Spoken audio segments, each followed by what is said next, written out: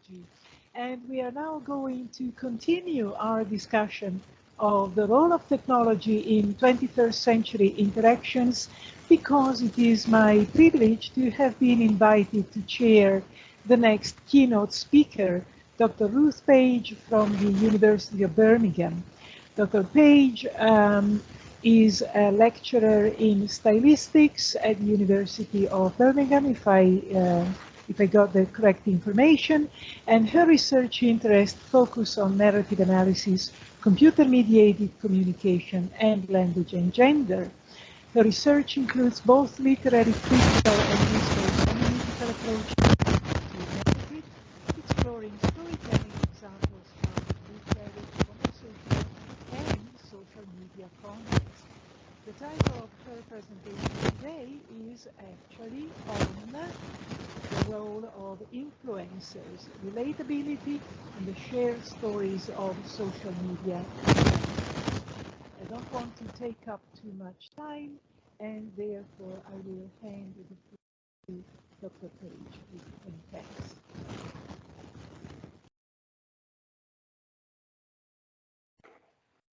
Well, good morning, everybody. I hope very much that you can hear me. Would it be possible for you just to give me a thumbs up or a wave? Ah, amazing. That's so good. There's always that moment of like, oh, am I just speaking into the void? And am I speaking so anybody can hear me? Anybody out there? Well, thank you so much for being here with me this morning. Thank you for the warm introduction. Thank you for inviting me to be part of this event. So this morning, I'm going to share with you some work that I have been doing over the last year or so, looking at the way that we can use corpus linguistics to explore this concept of relatability, especially in relation to the notion of shared stories and the stories that are told by social media influencers. And what I want to do in this talk is really to show how we can move from a non-linguistic concept like relatability and use our skills as linguists and our methods as linguists to be able to tease out what relatability actually might mean, and then to be able to show how that can vary across different types of influencer and different types of social media. So, let me just see. Dr. Page, you need to press on the take control button. Ah, I see it. Very few moments in my life am I invited to take control of things, but I will not turn down the invitation at this moment. Thank you so much. Okay, so what then is relatability? So relatability is this buzzword that really has become prominent in social media marketing. It's taken, as you can see in these headlines, to be a quality of both the content that people post. It's especially associated with the qualities of celebrities and influencers. What I want to do today is to suggest that relatability is a narrative dimension. It's a form of evaluation that we can trace in different ways in the context of social media, and we can see the ways in which it therefore brings together both the qualities of someone's story, like Mariah Carey's in this headline here, and the person itself. So we know it's a buzzword, but actually, what does relatability mean? So relatability, if we turn to the Oxford English Dictionary, we can see that historically relatability has shifted its meaning. So it's always been associated as being a form of evaluation of stories, and particularly its earliest meaning, the meaning to be able to narrate something, seems to be associated particularly with concepts of tellability, which we might be familiar with from Lebov's work on storytelling. So it seems to be associated with being the quality of a text. But actually, when we trace through those definitions in the Oxford English Dictionary, we can see that it has begun to take on more effective qualities. So not only just the sense of being able to connect one thing with another, but being able to identify with it, to be able to empathize with it. And it's particularly that empathetic or affective meaning that is now taken to be a quality of the teller as much as the quality of the tale itself. So relatability as a concept, as a non-linguistic concept, has been studied most fully in media studies, especially as a quality of the teller, as a quality of the person, most extensively but in the work of Crystal Aberden, in her work on social media influencers. And this work that Crystal Aberden has carried out over the last few years is based on her ethnographic observations of a number of different sets of influencers. And in her observations of these influencers, she identifies these qualities of the relatability. So accessibility, how easy it is to approach an influencer, their authenticity, so how genuine they're assumed to be, their believability, so how far their posts or their contents or their lifestyle are considered to be convincing, emulatability, so how easy it is for the followers to aspire to be like the influencer themselves, and then intimacy, how familiar or close the followers feel to the influencer. Now, this is a marvelous starting point, but as linguists, we might want to then ask some further questions. So, for example, how actually empirically do we map out these different dimensions of relatability? What evidence is there for these different dimensions of relatability and how it's actually perceived by audiences? Can this then help us identify different forms of relatability, or how these different dimensions of relatability relate to each other and how they're performed on different social media content? I want to suggest there are some answers to those questions and to present them to you this morning. What I'm going to do is to focus on some particular sites where influencers post content. Now, influencers both maintain accounts on many different kinds of social media, on Twitter, on YouTube, on Weibo, on WeChat, but today I'm going to focus in on Instagram and a little bit on TikTok as well. And both Instagram and TikTok are really interesting sites because they're particularly associated with the work of influencers.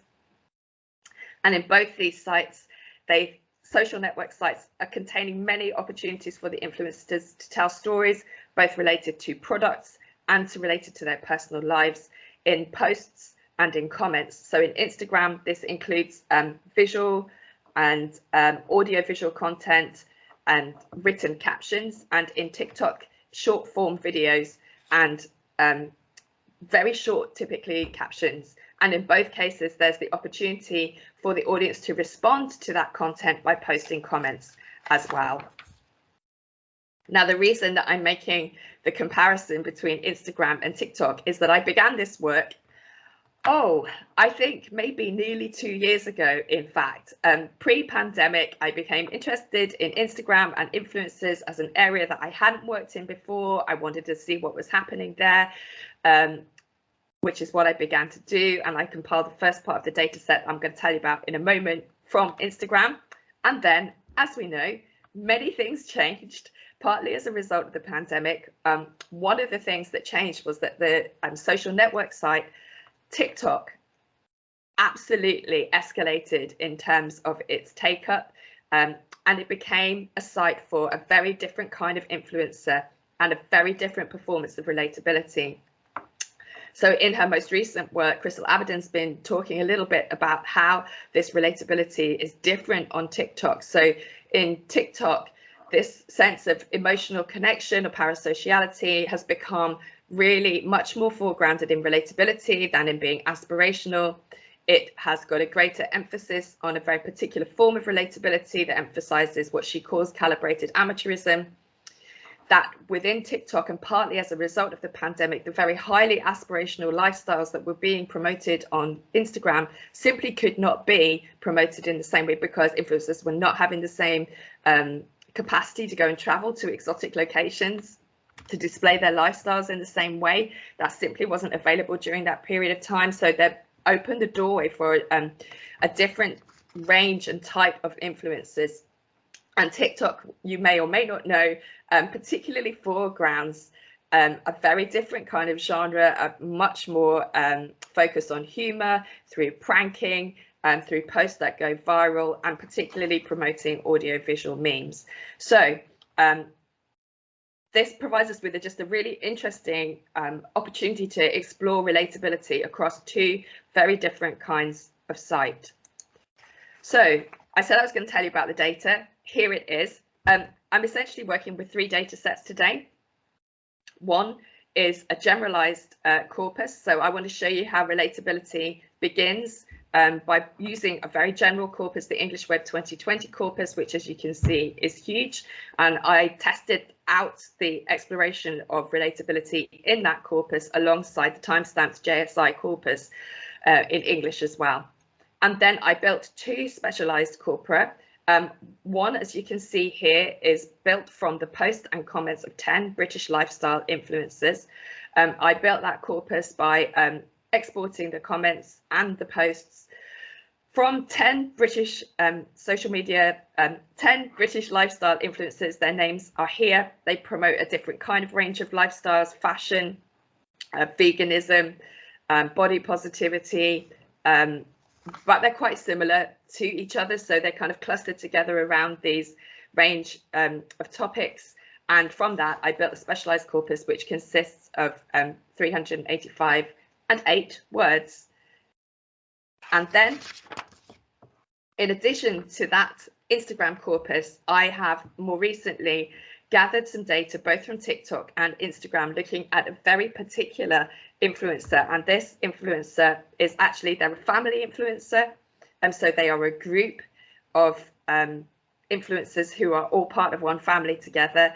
They are the Smithy family. If you are in the UK, you may have heard of the Smithy family because they became particularly prominent earlier this year. They became prominent because the division between the offline and the online, which we've just been hearing about in the first talk, became really controversial because these influencers were subject to an arson attack. So they had their house burnt down, and then subsequent to that, their followers actually generated a GoFundMe campaign to raise money to help the influencers. And so this cross between the online and the offline is very interesting. I have specifically targeted the period between April and October 2021, because actually what that does is gives us 2 months before the arson attack, the period of the arson attack and the immediate recovery of that, including the GoFundMe campaign, and then 2 months after that, where we see their profile begin to stabilize again. So the Smithy family, like many influencers, maintain multiple accounts across multiple social media sites. I'm interested in the comparison between TikTok and Instagram for reasons that will become obvious. Okay, so that's the data that I gathered. Okay, what did I do? I said that I began with these generalized, a generalized corpus. So with the English Web 2020, I was working with all of this data using the Sketch Engine software. One of the really useful functions of Sketch Engine is the Thesaurus Function.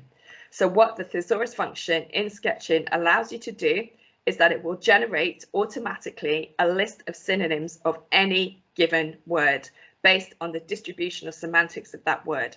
So basically they take a word and they say, what are the collocates of that word? And in terms of the similarities of those collocates, will then compare all the words in that corpus and rank them based on a score of how often they share those same collocates. So I thought, well, I wonder what the synonyms of relatability are. So I carried out a thesaurus search for the word relatable, the adjective relatable, in the English Web 2020 corpus. I cross-referenced it also with the same search in the timestamped JSI web corpus, just in case it was being skewed in some way. From that thesaurus list, I took the 100 top synonyms from those searches and I grouped them thematically into the categories proposed by Crystal Abaddon. So was this indicating believability, authenticity, accessibility, emulatability, and affect? I also found when I was looking at these synonyms that there were 2 other categories that weren't really present in Abaddon's work, and these were expressions that suggested familiarity between the person making the evaluation and the target of the evaluation itself, and there were a set of words that indicated that humour was important as well.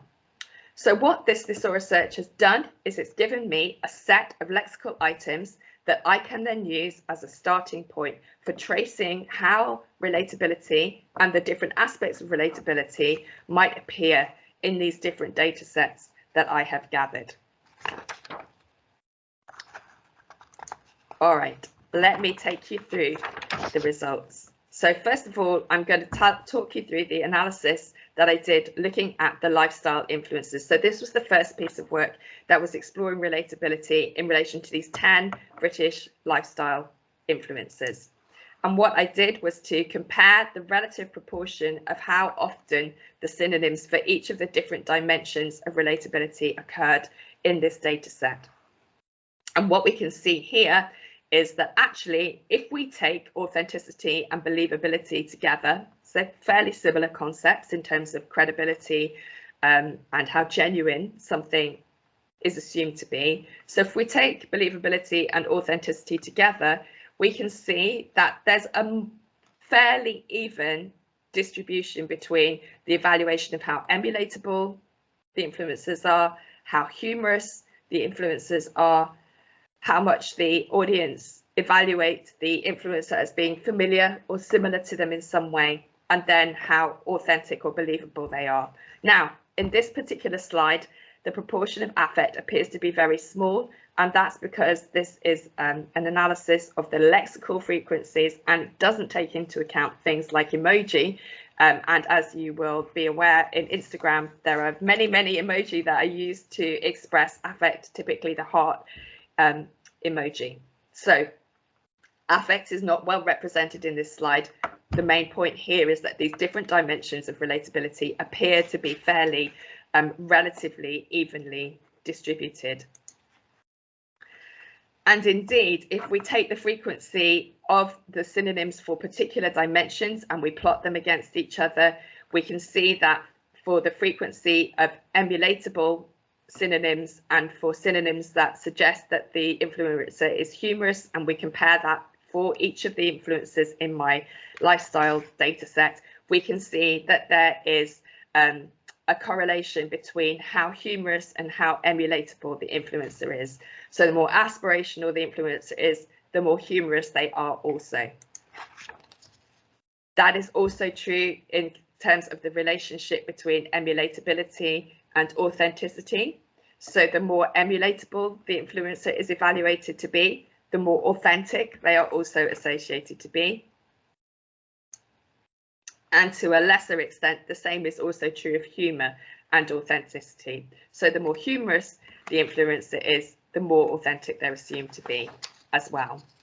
Now, these quantitative comparisons are a really useful start point, but actually I think what's really interesting to me about this is what it suggests about the qualitative and the pragmatic association between these different dimensions. Okay, they might occur with similar frequency, but what are they doing in terms of the kind of identity work that is being projected for these particular influences? So what I want to suggest is that actually there's a relationship between emulatability, authenticity, and humour, especially where humour is being taken to be a signal of rapport, in terms of the intersubjective identity work that they are doing for the influencer and their audience. What I want to suggest to you is that this is a way of offsetting the risks that the influencer has to be idealized, they have to make a good showing for themselves, they have to be aspirational, they have to be emulatable. That is their very purpose, because they are there to promote particular goods and service, which are to attract the attention and persuade people to buy those particular products and those goods, to persuade them to carry out particular campaigns, change behavior in some way. But if you become too emulatable, then that itself is risky. In fact, what you need to be able to do is, if that happens, you might appear to be fake or untrue or unbelievable. And so there is a need to counterbalance that emulatable and aspirational part of the identity by making sure that the influencer is also perceived as authentic, that they are believable, that they're not fake, and therefore they can be trusted. And all of that is situated within this backdrop of parasocial relationships that show up particularly in this data set through expressions of humour as a rapport enhancing resource, and against the backdrop of affect in terms of showing emotional connection towards the influencer. So I've painted a picture of relatability in a large scale, but who or what is relatable? So the sketch engine is another really useful function, has another really useful function called the word sketch. And what the word sketch shows is the most frequent collocations and grammatical combinations of any given word. And so what I did was to use the word sketch function, both in the English Web 2010, the timestamp JSI corpus, and my corpus of Instagram comments to see who or what was being evaluated as relatable most often. And what we see is that there is this dual focus, as we see in the OED definitions, on both content and text. So things like memes, lyrics, anecdotes, stories, quotes, and the person themselves. So protagonists, characters, and in my Instagram comments, humans. And we can see this even more clearly when we drill into the concordance lines in which those relatable synonyms occur. So not just the word relatable itself. So I can totally relate to this or to you. I'm inspired by your content and inspired by your honesty. You are an inspiring woman. So thank you for your words. They are so powerful and true. You are one of the few true people. Thank you for your funny moments. You are too funny. So there's this constant overlaying and blending of the content and the story and of the qualities of the influencer themselves. And in these concordance lines, we also see the way that this is being used to generate some kind of interpersonal connection between the influencer and their audiences. So these stories are a potent source of identity work. They're a source of interpersonal positioning, which completely underpins the purpose of an influencer's account, which is not just to build their profile, but also to persuade people to buy particular products or to join particular campaigns. So the next thing that I looked at was the frequency with which these relatable synonyms were used in posts that were tagged clearly as being adverts and those that were not. So relatability is primarily focused on personal rather than on commercially focused content. So adverts occurred in my Instagram data in 12% of the posts of the whole data set. So they're relatively infrequent within the data set as a whole. These are posts that were indicated through the hashtag ad. And what you can see here is that they tend not to be evaluated in terms of relatability. So the posts that are evaluated more often as being relatable are the non-sponsored posts. This suggests that there's some kind of strategic separation between the authentic and the aspirational aspects of the influencer self-presentation. It's one that allows them to curate their relatability in a strategic fashion, one that allows them to be emulatable in relation to particular kind of products or adverts, but keeps their relatability in terms of their personal presentation separate from that.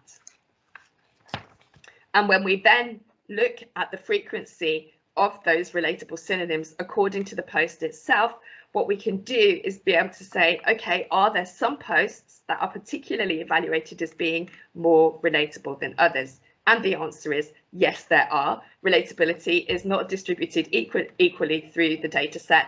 It is concentrated more in relation to particular kinds of posts, and it is these kinds of posts. Stories which tell self-deprecating personal experiences, like the influencers trying on a wedding dress that didn't fit. A story that alludes to past trouble but has now been overcome. For example, an influencer who might have experienced alcohol dependence but is now sober. Experiences that refer to well-known transitions that are shared by other people, for example, the transition to motherhood. And then stories which tell you about a funny event, so singing a well-known song, being late, ready to go out. So what this shows you is that if relatability is a form of tellability, as I suggested right at the beginning, actually what it's doing is moving between some quite high scale moments of trouble, like recovering from alcohol dependence and becoming a mother, right through to the mundane moments of humour that are presented in the influencer's life. And it's those mundane moments of humour that are considered to be the most relatable of all, and the evaluation of relatability is concentrated in the posts from one influencer in particular. This influencer is Chessie King, So Jessie King is an influencer who is within the UK known for her work as body positivity ambassador. She also promotes particular kinds of fashion items and fitness items. She's an ambassador, or was an ambassador for Fabletics, for example, the clothing company. And in her post in particular, we can see that relatability is particularly highly concentrated. And the most relatable post of all is this one here. So this was a post that appeared in her timeline, and it shows a very recognizable form of humor. The influencer is presenting herself as goofing around. The kind of trouble or tellability is of the most mundane and light-hearted kind. She's messing around when she should be getting ready to go out. It's a performance of authenticity that is of a very particular kind. On the one hand, we seem to be having intimate access to the backstage scenes of her life. We can see that it's presented here in the scene of her bedroom. But of course, it is actually staged very carefully for Instagram. It's presented stylistically. Yes, it's in her bedroom, but that bed is beautifully made. She's messing around. It's a meme-like template. It's also using a joke format. So here's the trouble. We're going to leave in 23 seconds. It's hyperbolic. And her response is, oh, I'm just messing around doing my hair. It's also highly intertextual. This kind of meme-like template reinforces a sense of shared humor, and the visual layout uses this narrative joke template. In terms of it being a shared story and distributed within the timeline of her posts, we can also see that this strategic separation between the authenticity and relatability and the aspirational aspects of her content is done very, very carefully. So it follows a rhythm of posting where you get these kind of humorous posts, and then they are followed on either side by more serious posts about her work as a body positivity. Let's try that again. Body positivity advocate, or as promoting particular kinds of adverts. So for example, promoting shower gel or fitness clothing or a particular film. So we can see here how this authenticity is promoting relatability, but how it's also being strategically used and separated from the impression management of the influencer. The influencer cannot be both authentic and emulatable at the same time. However, this relatable aspect of their personality is really important for cultivating the parasocial relations. So it's not just about self-presentation, it's about creating interpersonal connection that drives engagement with the audience. And we can see this in the concordance lines in which the synonyms of relatability occurred. They show us very clearly that it comes in the context of parasocial interactions where the audience frame their evaluation of the influencer, for example, with expressions of gratitude, as you can see here, thanking them for being real, for sharing funny moments, for being powerful and true, thank you for the inspiration, and that thanking them that they can relate to the content. And that parasocial relationship or sense of alignment between the audience and the influencer also shows up in the stories that the commenters tell, in which they share what Sachs calls second stories. So relatability is this form of evaluation that is used really strategically to align the audience with the influencer. And we can see this, it's true whether the aspect of relatability is in relation to authentic or aspirational content. In both cases, whether it's something funny or whether it's something that is real or whether it's something that is true, that is something that the audience say, yes, this is what I share also, here's my story, that shows similarity between my own experience and your experience. The interesting thing is that when it comes to the emulatable aspects of the lifestyle influencers, that shared story is used to project into the future for the audience rather than reflecting on something in the past. So I completed this piece of work and I began to wonder really how generalizable this depiction of relatability was, especially in light of the comments that I made about TikTok and the rise of TikTok and the types of different kinds of influencers that you can see on TikTok. And so that's what I thought I would explore next. And I would explore it in relation to the Smithy family. Partly because the Smithy family, I should have put a picture of them up here, but if you Google Smithy family UK TikTok, hopefully you will find some pictures. If I can maybe share my screen at the end, I'll show you what they look like, because they do not look like your aspirational, slim, beautiful female or male influencer. They are working class, very ordinary, and not slim at all, or at least the father is not. So the Smithy family consists of the father, Nick, and his partner, who is known as Mummy Smithy. They're three shared children who are primary school age, and one is a baby, and then his stepson and her partner, Amy. So what I did was in terms of my methods, I followed the same procedure that I did with the lifestyle influencers. So I gathered the comments to a set of TikTok posts and a set of Instagram posts. I matched the time period as exactly as I could for the two platforms. So I was trying to avoid the distortion that might come from the influencers posting about different things in different periods of time, especially because for these influencers, as I said, they went through this really volatile experience in terms of their house being burnt down and then being the recipients of a GoFundMe campaign.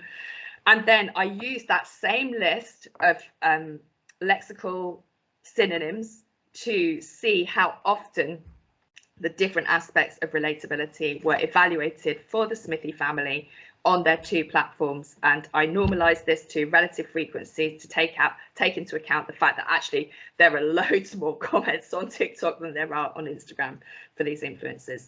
And what you can see here is that even though there are differences in the way that they present themselves on TikTok and Instagram, to some extent, actually the pattern of relatability is very similar on the two platforms.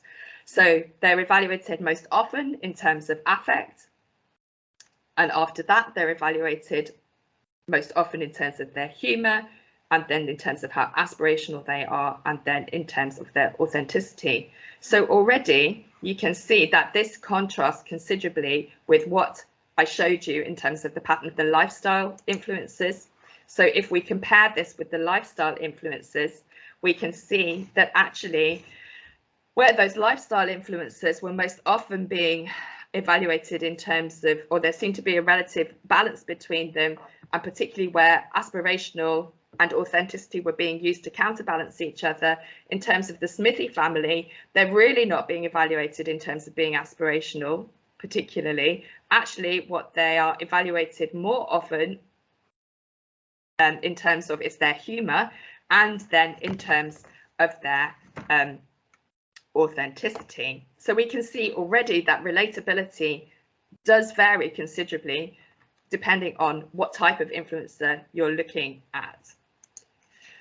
What those aggregate scores also don't show you is that when you look at the lexical item on its own, you might say, oh, they're being evaluated in terms of their authenticity. But when you look at the concordance lines, you can see that actually their authenticity is being called into question. It's not that they are believable.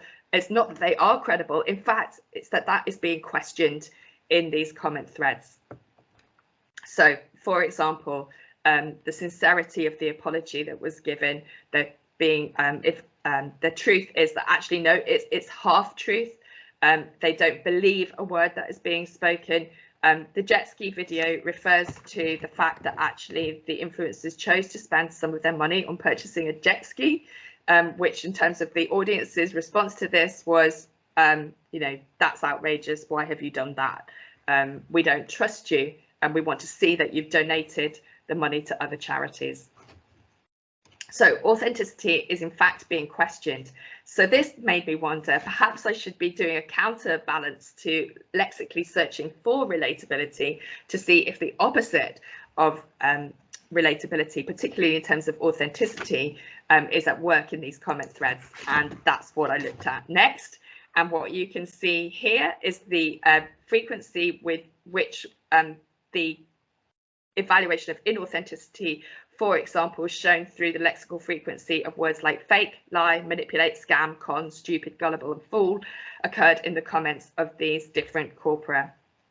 And what you can see here is that in terms of how authenticity and inauthenticity are being represented, in fact, what you see is that there is more evaluation of authenticity in relation to the it's most often debated in relation to TikTok as compared to Instagram, and actually in terms of the inauthenticity itself is evaluated more often in TikTok than it is in Instagram, and this is true for the Smithy family far more than it is true for the Instagram influencers who are working in a lifestyle field. So it's not that those lifestyle influencers are not being critiqued for their inauthenticity. In some cases they are, but only in a very small measure, nowhere near as often as the Smithy influencers, Smithy family are, and the Smithy family's inauthenticity is evaluated most often in terms of the TikTok posts. Okay, coming up to my deadline of timing, so let me present to you my summary. So I hope I've shown you today that we can trace the different aspects of relatability linguistically. So we can look lexically at the language that audiences use to evaluate social media content and to evaluate tellers. That for lifestyle influencers on Instagram, the rhetoric of relationality that comes with relatability is curated within this bricolage of interwoven content that ultimately serves the self-branding and commercial interests of those particular set of influencers. However, when we start to broaden our focus and we look at other kinds of influencers too, we can see that relatability can be evaluated in different ways for different types of influencer and across different types of platform. And amongst those dimensions of relatability, the dimension of relatability that is most vulnerable to risk and critique is authenticity. And once authenticity has been disrupted, it is very hard to repair. Okay, I think I finished. I think I finished on time. So I think I've allowed time for comments, questions. I would love to hear your thoughts, reflections, questions on this. So please do ask or contribute at this point. I would love to hear from you. Thank you. Thanks. Many thanks. That was excellently timed, perfect. Lots of time for questions, discussion, and I'm sure the audience will raise their hand. There is already somebody asking to participate, and it's Dr. Francesca Vaccarelli, I think. So I think the organizers can unmute you. I'm not sure how I can do it, but well, see if you can switch on your microphone, or if the organizers can unmute the audience, please. Or if you want to write your question in the chat, then we can read it out. Oh, sorry, you didn't mean to raise your hand. Sorry. Well, anyone else then? If not, I think I'll just somehow say a couple of things I was thinking as I was listening to this very interesting talk, because I was reminded of all sorts of other different text types that might somehow evoke a similar kind of response between relatability, identification, self-identification, but also distancing and humor. I mean, when we were teenagers, there was a sitcom, what nowadays is called sitcom, that was called George and Mildred. You're too young to remember that. No, I remember it. You do? Okay. Yeah. You must have seen repeats then. No, I'm very old. Not that you're very old, but I'm old enough to remember it. Yeah. That was the kind of family that seemed, the couple, this middle-aged couple that ran into all sorts of humorous disasters with the long-suffering husband and the wife who was nice, but also somehow difficult to imagine in the life of an everyday household. So I was wondering to what extent some of these stories and self-representations, particularly in relation to the Smithy family, are also the new spin-off of something that in humorous discourse and, on the other hand, in promotional discourse, if you think of commercials where you had short stories being narrated with testimonials being the protagonists and so on. So to what extent are these influencers somehow the children or the grandchildren of those times, in your opinion? Oh, absolutely they are. In fact, they are. I don't know if in the countries where you are based, you would have heard of the Royal Family. That's a more recent sitcom. The Smithy family are often likened to the Royal Family. Not the Queen, like no, not the Windsors. No, not the Windsors. The Royal Family. I don't know if it's possible. Can I share my screen? I think I can. I think you can. Yes. Let me just. Oh, my alarm is going up to say stop. The timing. Yeah. So stop talking, Ruth. So if I share my share content, what can I share? Okay, let me share this. Here we go. So I hope that you can see the Smithy family here. So hopefully you can see a screen. This is their TikTok account. This.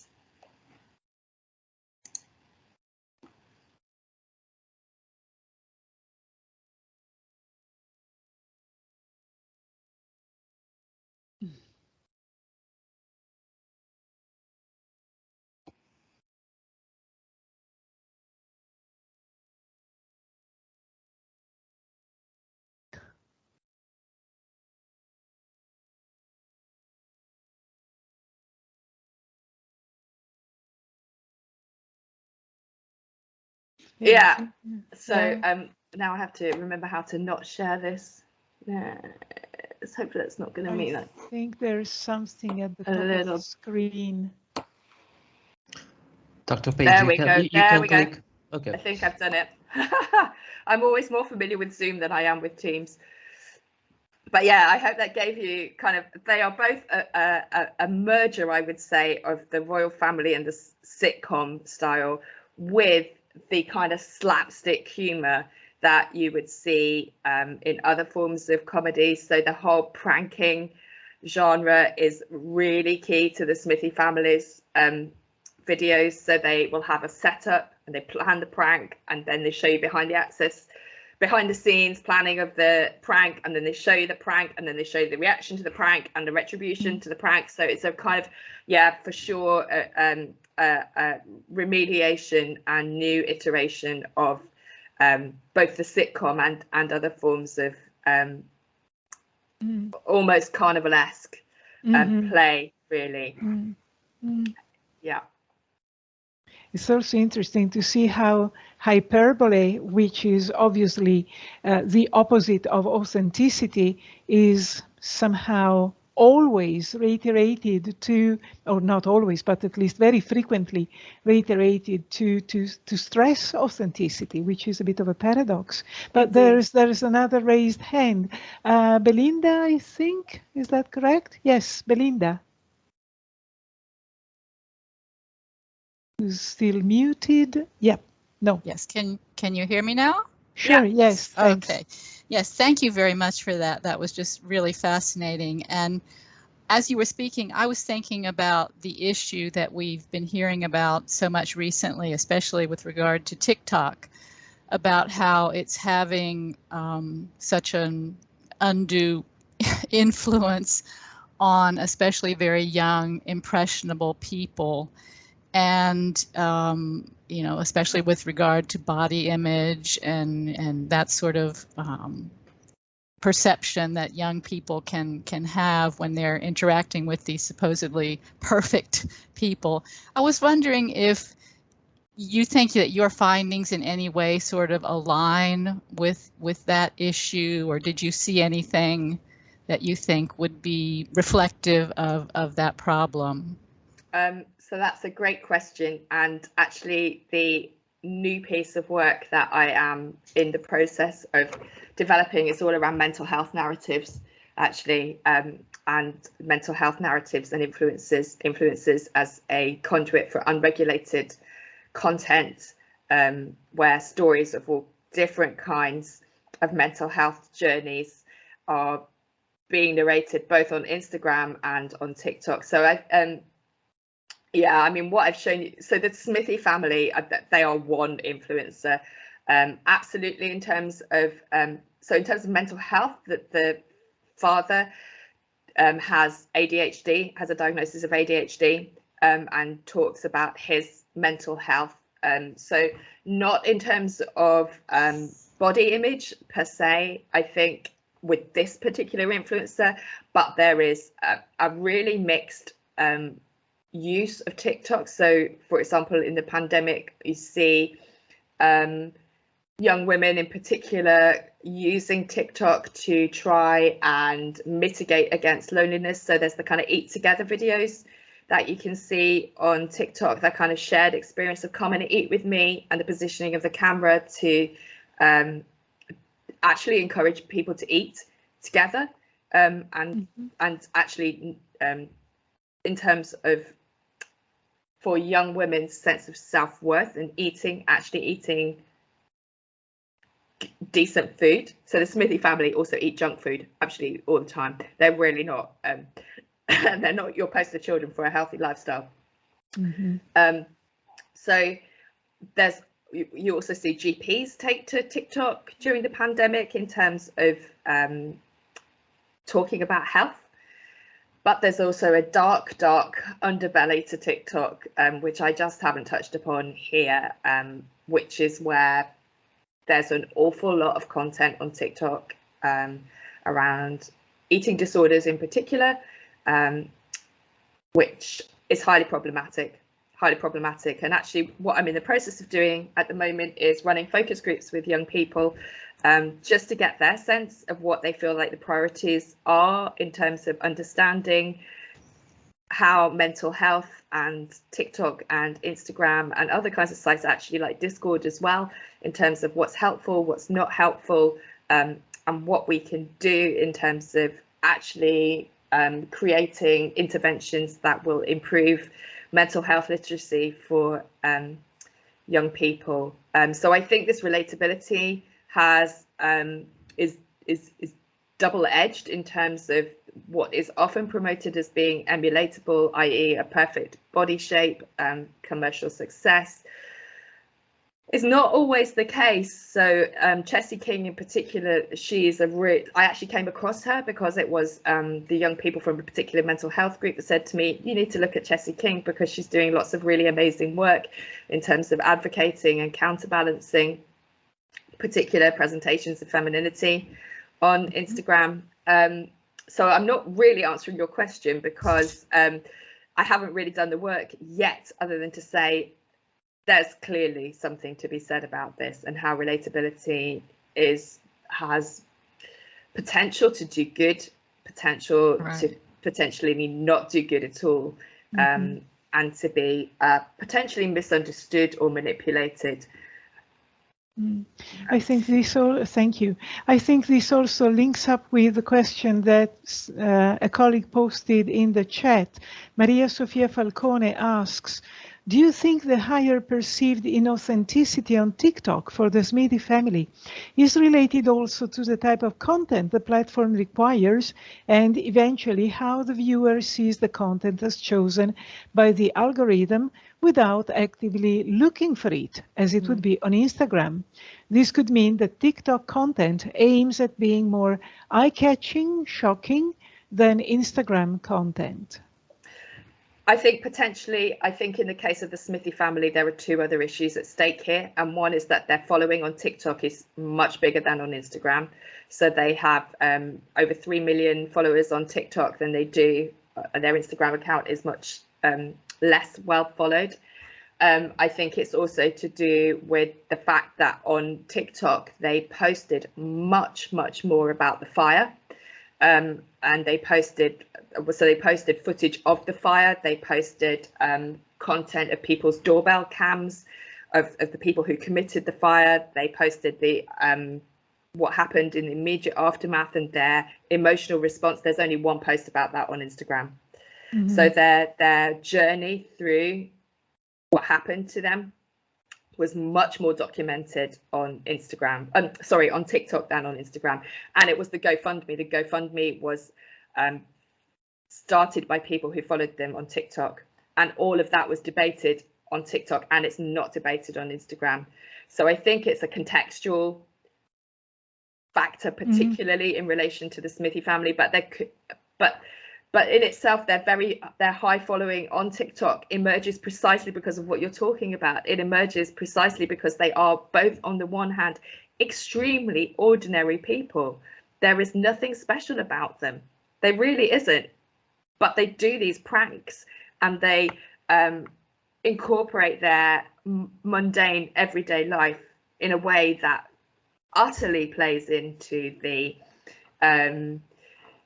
visibility that works on TikTok. So the bigger the prank, the more extraordinary the prank, the more ridiculous the prank, the dancing routines, all of that they are totally capitalizing on in TikTok, which has built their audience to the point that then they're risking their authenticity because they exposed too much of their offline world that people do where they live, to go set fire to it. And yeah, it becomes a caricature of real life rather than something relatable, because it's so over the top and exaggerated and dangerous, actually. So very often that's dangerous, what people say, that this prank is too dangerous. In fact, for some of their pranks, it comes up with a subtitle like, doing this at home is going to don't do this at home.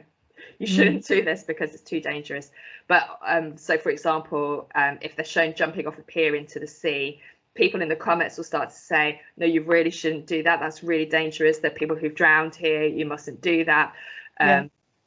So there are boundaries to the kinds of authenticity that can be performed.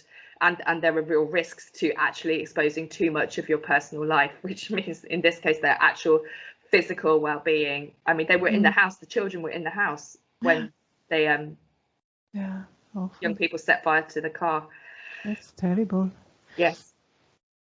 Any other comments or questions, or anything people would like to add? I must admit, I'm not a TikTok viewer myself. Neither was I until this started. I'm now sucked into the Smithy family world. Silvia Cacchiani has raised her hand. Prego. Silvia, is this a household announcement? Can you hear me? This is a question from the audience, the live audience. Oh, okay, perfect. Thank you. Do we know if the Smithy family has had to hire a social media manager, or maybe become their own social media managers? In other words, have they left their jobs? So I don't know if they have a social media manager. So his job was, he was a builder, and he you can see him building things.